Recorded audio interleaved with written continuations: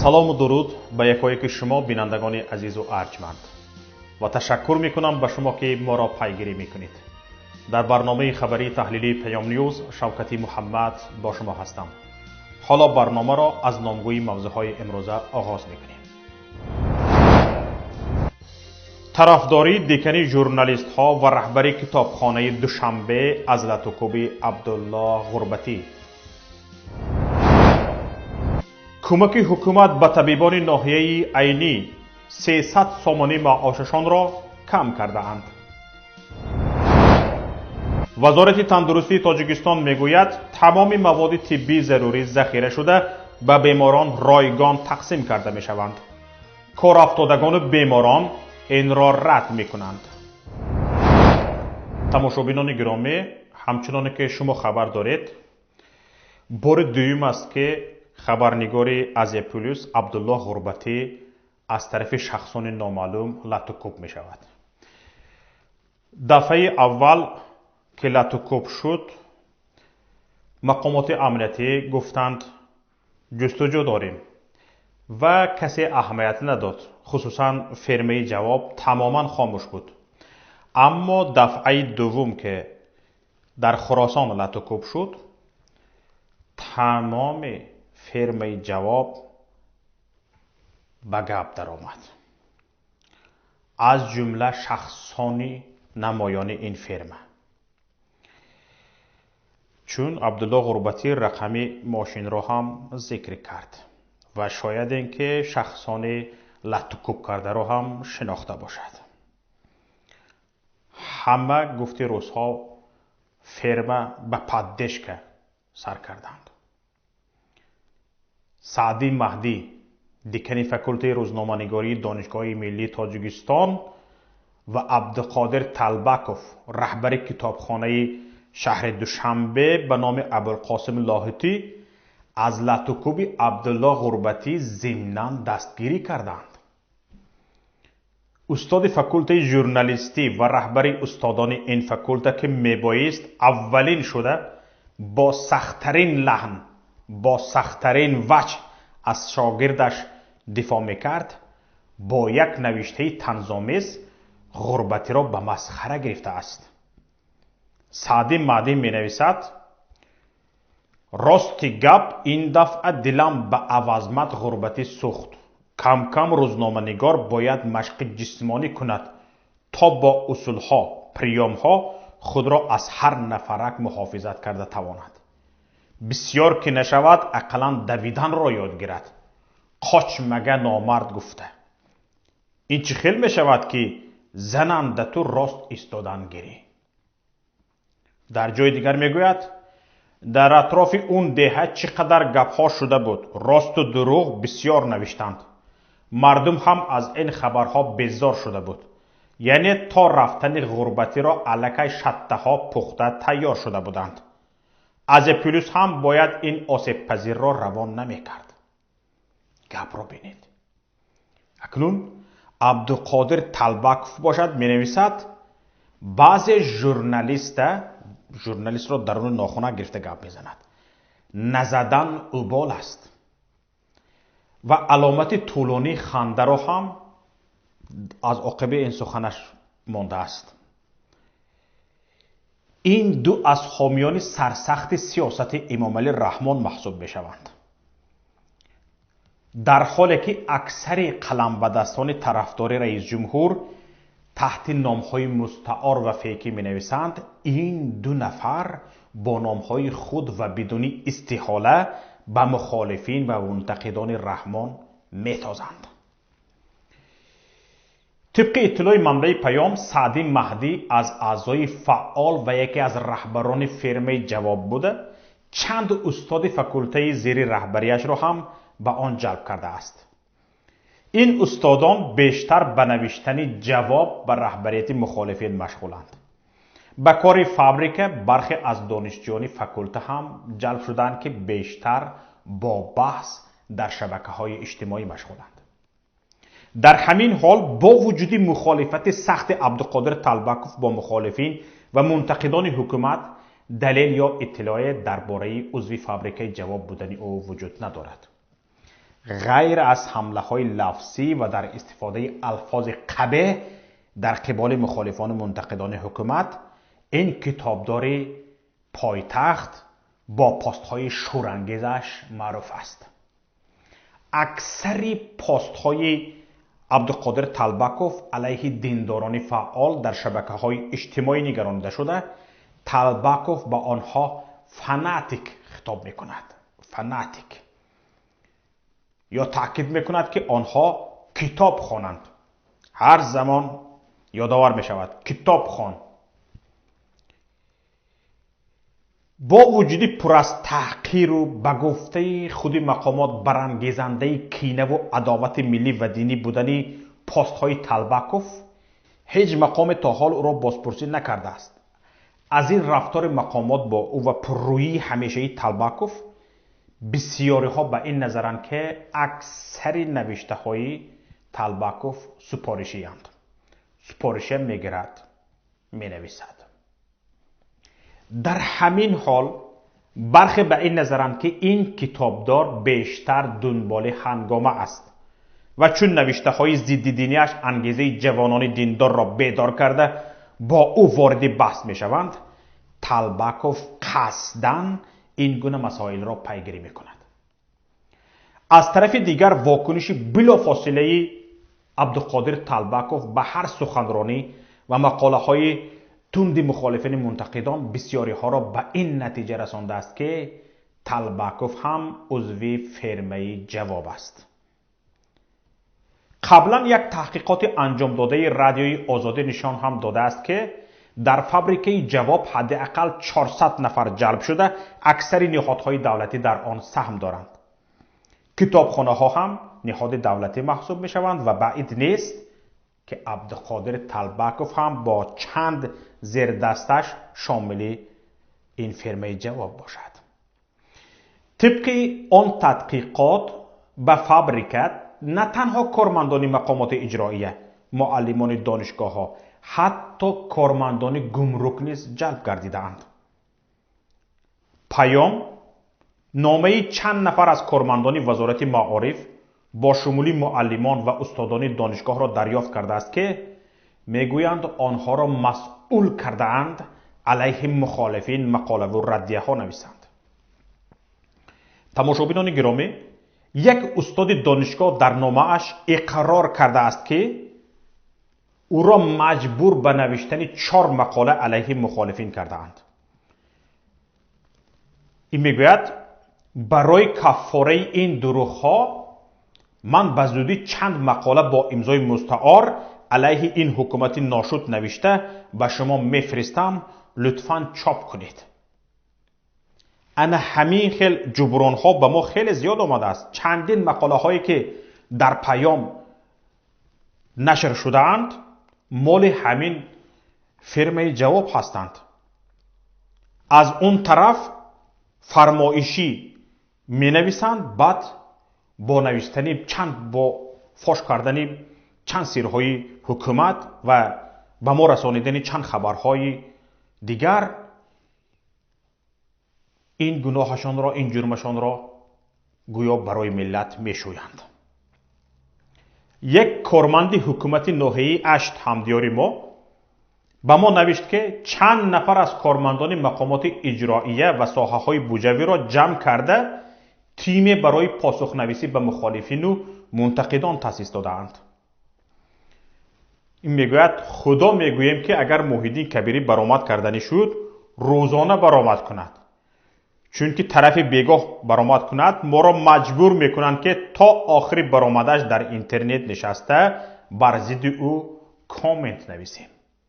بیچاره ها. باز دلیل های زیاده نشان میدهند که چنین تیم ها در بیشتر ناحیه های کشور تأسیس داده شده اند. حتی یک معلم هم همدیاری ما از ناحیه اشت به ما خبر داد که گفتند باید هر یک معلم علیه مخالفین مقاله نویسد. معلم پرسید است آخر من نفری که شما میگویید نشناسم، در عمرم یک بار ندیده باشم، چیکاره است چیکاره نیست ندانم. گفتند اینترنت را کاپ، یا علیهش نویس. رادیوی آزادی هم در تحقیقاتش با استناد به منابعش در وزارت معارف نوشته بود که این وزارت سری هر چندگاه به گروه از آموزگاران و دانشجویان دستور می‌دهد که ضد افراد در شبکه‌های اجتماعی سر و صدا بلند کنند یا از وزیر و همچنین رئیس جمهوری تاجیکستان حمایت نمایند. چند منبع ما میگویند که فابریکه جواب با دستور رئیس کمیته دولتی امنیت ملی سیمومین یتیموف تأسیس شده است، ولی حضور چند مقام بلندپایه وزارت کارهای داخلی در اداره آن شرکت فعال گروه اونگارد در معرکه‌های فابریکه و شواهد دیگر به این خلاصه میبرند که در تأسیس آن هم کمیته دولتی امنیت ملی و هم وزارت کارهای داخلی دست دارند. مشاهده های 2 ساله ما نشان دادند که اختیاریان فابریکه یا به اصطلاح بکسبوری دبروارتس‌ها زمان بیشتر فعال می شوند که از سیمومین یتیموف، رمضان رحیمزاده یا نورالدین سعید وزیر قبلی معارف انتقاد شود. گاه این ولنتیارها یعنی اختیاریان این 3 نفر را بیشتر از امام علی رحمان حمایه می کنند. جانورها می دانند که از دست کیه می خورند. رادیوی آزادی هم در تحقیقات ذکر شدهش نوشته بود به سندهای با امضای معاون وزیر معارف رحمت الله میربابایف دست یافته است که در آنها از گروه‌های تحلیلی اطلاعاتی یاد می شود که هر کدام رهبر خود را دارد و در پیام‌های از نام یک مسئول ارشد وزارت به این گروه‌ها دستور داده می شود که امشب باید در کدام موضوع نویسند یا در کدام بحث‌های شبکه‌های اجتماعی شرکت کنند و نتیجه کارشان را پرینت سکرین کرده و گزارش دهند. همچنین افراد وظیفه دارند در هر 3 روز یک مقاله فاش کننده نویسند و منتشر نمایند. فاش کننده به طور خودشان. طبق ابتدای منابع پیام دستوری حمله به این یا آن نفر به کارمندان فرما اکثر وقت از جانب کمیته امنیت می رسد. برای مثال یک کارمند شعبه معارفی ناحیه استرافشان می نویسد یک کوراتوری امنیتی داریم، روزی برآمدی کبیری یا یگان کنفرانسی اپوزیسیون می آید و به ما فرمان می دهد که چی هر کس باید چقدر کامنت نویسد. می گوید این خائن ها را فقط از زن و مادرش دشنام کنید. خلاف پرینسیپ های یک استاد دانشگاه و روزنامه‌نگار رفتار کردن سعدی مهدی و استهزایش به شاگرد روزنامه‌نگارش، جانبداری کتابداری پایتخت عبدالقادر طلبکوف از لطوکوب یک روزنامه‌نگار، اظهار طرفداری 10 اعضای فرما از نوشته این دو میتواند گواه آن باشد که هم حمله به عبدالله غربتی و هم معرکه سیاه‌سازی او از یک جا اداره می شود. ما دلیل های زیاد درباره فرم جواب، رهبران و اعضای ارشد و قطاری آن جمع‌آوری کرده ایم. در فرصت مناسب تحقیقات با ارقام و دلایل بیشتر پیشکش تماشابینان می گردد.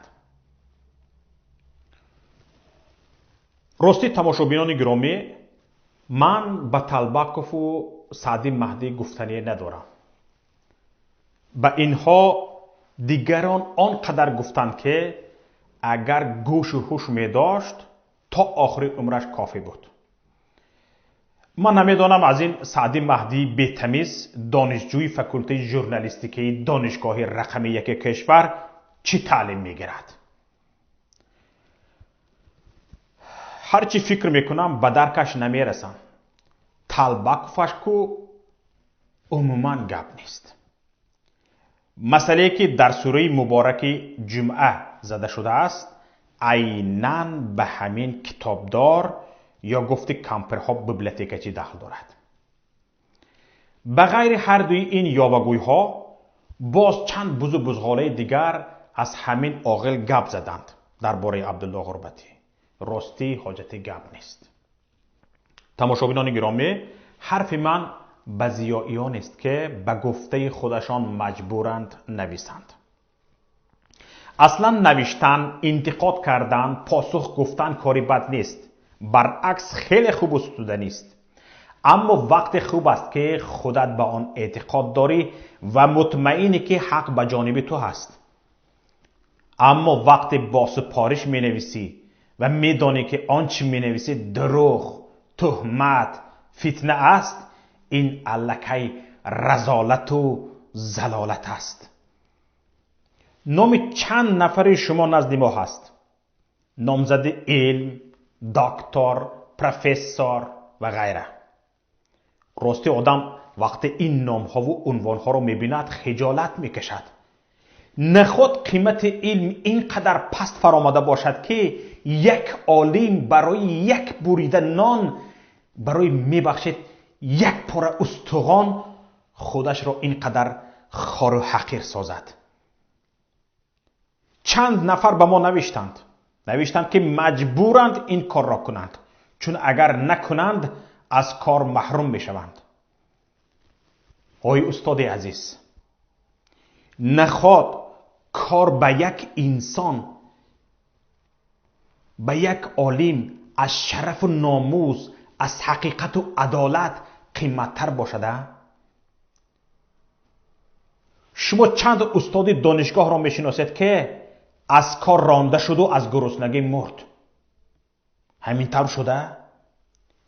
چند زندانی را میشناسید که فرزندانش از گرسنگی مردن یا خودش را کسی برای مقاومت با ظلم محکوم کرد؟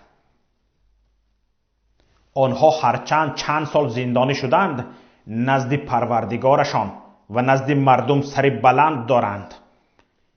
چند نفر هجرت کرده را میشناسید که در خارج گرسنه ماند؟ شنیدید؟ یگان تا هجرت کرده ها شکایت کردن از گرسنه ماندن. شنیدید که سرش خم شد پیش کسی خوش آمد زد؟ نه. باور کنید جای کار، پول مال خانه نمیتواند برای یک انسان خودشناس بهانه باشد که پیش سگان سرخم کند. شخصا نفرانی را میشناسم که در هجرت 1.5 سال نیم گرسنه زندگی کردند. روزهایی بود که خوردنی نداشتند. عیناً در همین روزها برایشان پیشنهاد شد که برگردند، منصب، خانه و جا، پول مال، همه چیز را میدهند.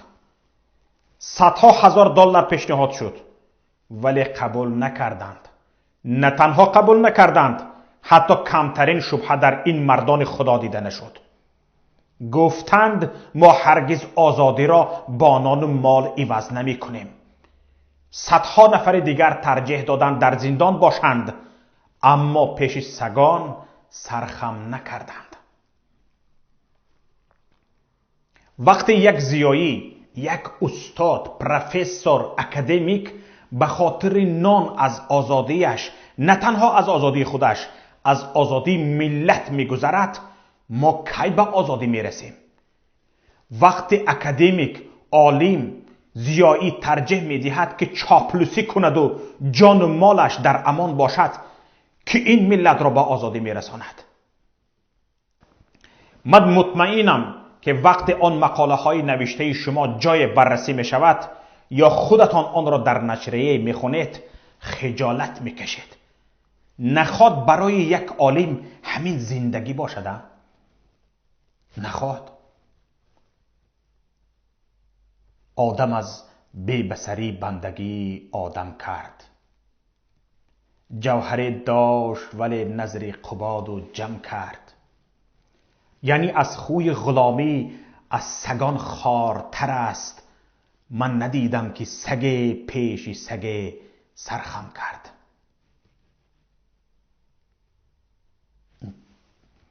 این چه داد و بیدادی است؟ این چه بی‌ناموسی است؟ خوب استادان عزیز، چاپلوسی کردید و عمرتان را دیدید. بعد چی؟ بعد چی؟ فردا پیش پروردگار چی پاسخ میدهید؟ میدانید که سؤال جواب عالم از عام به مراتب سخت‌تر و طولانی‌تر است. این را خودتان میدانید. شاید برخی از شما به روز قیامت باور ندارید، ولی مطمئن باشید حتما روزی با شما یا بدون شما این ملت به آزادی میرسد. این روز شدنی است و همه این نام ها و مؤلف ها افشا خواهند شد و نام های شما در قطار آنهای صدا خواهند داد که در خواری و ذلت ملت سهم داشتند. خدا نگهبانتان. تماشابینان گرامی، اکنون شرح چند واقعه و رویدادهای دیگر را در گزارش همکارم صفیه بشنوید. در حالی که امامعلی رحمان رئیس جمهوری تاجیکستان جهت 2 مراتبه بالا بردن معاش طبیبان مشغول مبارزه با کرونا ویروس فرمان داد، در ناحیه عینی از ماه مارس به این طرف معاش طبیبان را برعکس کم کردند. در این باره سامانه اخبار اطلاع داده نوشت 2 ماه بعد سرداران مرکزهای سلامتی در این ناحیه 300 سامانی معاشی کمتر، یعنی به جای 1130 سامانی قبلی همگی 830 سامانی معاش میگیرند. معلوم نیست که این 300 سامانی را هر ماه از معاش آنها همچون نرخ لباس و عینک‌های محافظتی کم کرده ایستادند و یا اینجا علت دیگری وجود دارد. بنا به اطلاع منبع، طبیبان گفتند ما جان خود را در خطر گذاشته در به در خانه مردم میگردیم. ساکنان دهه‌ها را نظارت میکنیم. از حالشان همیشه خبر میگیریم. باز در این شب و روز که گرفتاران کرونا ویروس خیلی زیاد است، جان خود را به خطر گذاشته آنها را طبابت میکنیم، ولی معاش ما را به جای زیاد کردن برعکس کم کردند. طبیبان در ادامه ابراز داشتند که وقتی به محاسبات بیمارخانه مراجعت نمودیم که چرا معاش ما کم کرده شد، جواب گرداندند که از شعبه مالیه گفتند که تا این وقت شما معاش زیاد می گرفتید، به همین خاطر کم کردند، بودجه ناحیه امسال نمی رسد. طبیبان گفتند ناحیه عینی که یکی از ناحیه‌های صنعتی در تاجیکستان محسوب می شود و بودجه جمهوری و ولایت را از حساب کانهای طلا و انگشتش پر می کند، آیا قدرت دادن یک معاش شایسته‌تر برای طبیبانش را ندارد که سری معاشی به این هم ناچیزی آنها را بریدند و می‌خواهند با 2 کیلو کارتوشکا و 2 کیلو پیاز آنها را به کار دلگرم کنند. این مثل کودک را قند به دستش دادن و فریفتن است. وزارت تندرستی تاجیکستان گزارش داد که در مجمع تندرستی استقلال تمام مواد طبی ضروری ذخیره شده و بیماران تقسیم کرده می شوند. ریاست تندرستی شهر دوشنبه با مقصد تأمین نمودن بیماران با مواد طبی، پیشگیری و طبابت بیماران سرایت کرونا ویروس نوی کووید 19 به مجمع تندرستی استقلال مواد طبی دسترس نموده است. طبق گزارش وزارت، مواد و تجهیزات طبی که از جانب سازمان و تشکیلات و دولت‌های علاهیده به تاجیکستان وارد می‌گردند، طبق طلبات به مؤسسه‌های تندرستی مملکت دسترس کرده می‌شوند. گفته می‌شود فعلا در مجمع تندرستی استقلال تمام مواد طبی ضروری ذخیره شده و بیماران تقسیم کرده می‌شوند. این هم در حال است که سعید نادری، جراح و پزشک متخصص مشهور تاجیکستان که خود از بیماری کرونا ویروس بهبود یافته است، ضمن صحبتش با خبرگزاری تاجویک گفت متاسفانه کمبود پزشک و رایگان نبودن درمان برای بیماران در بیمارستان استقلال شهر دوشنبه از مشکلات اصلی برای مقابله با بیماری کرونا ویروس است.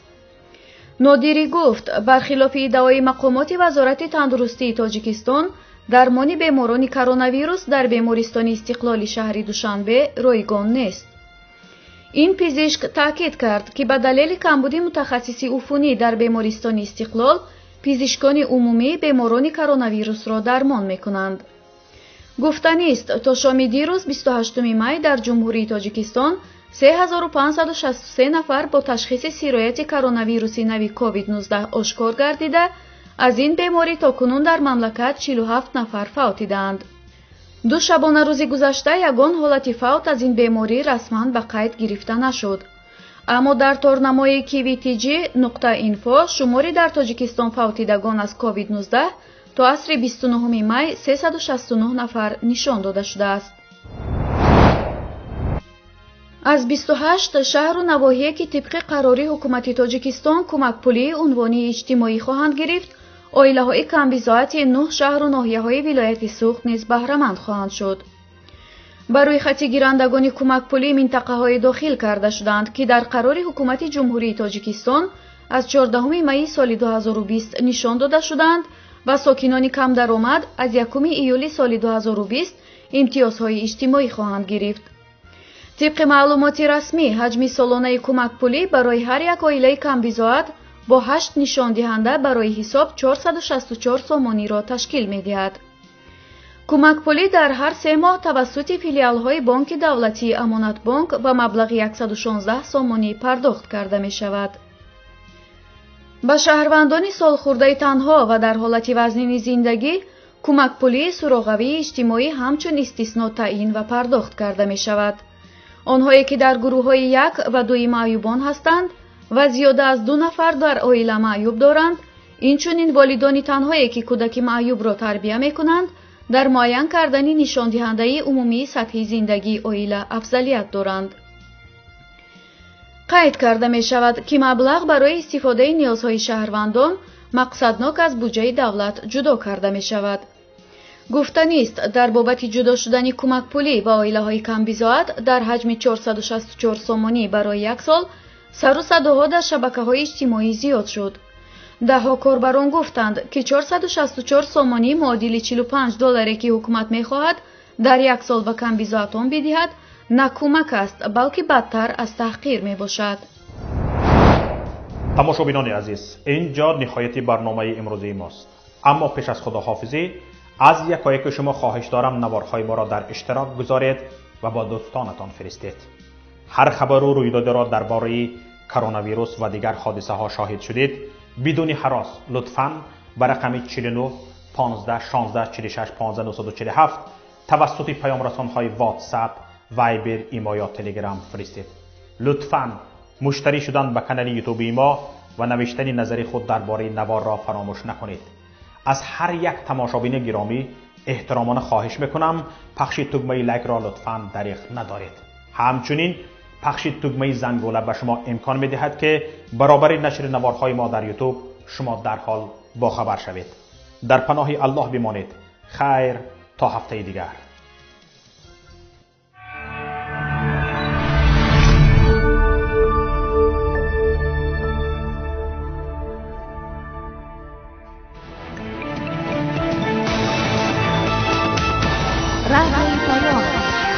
در فضای سیاست صدای جدید.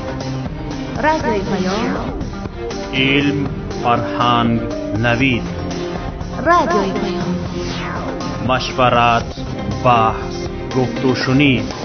در تمام دنیا روی رسانه اینترنتی رادیو پیام .net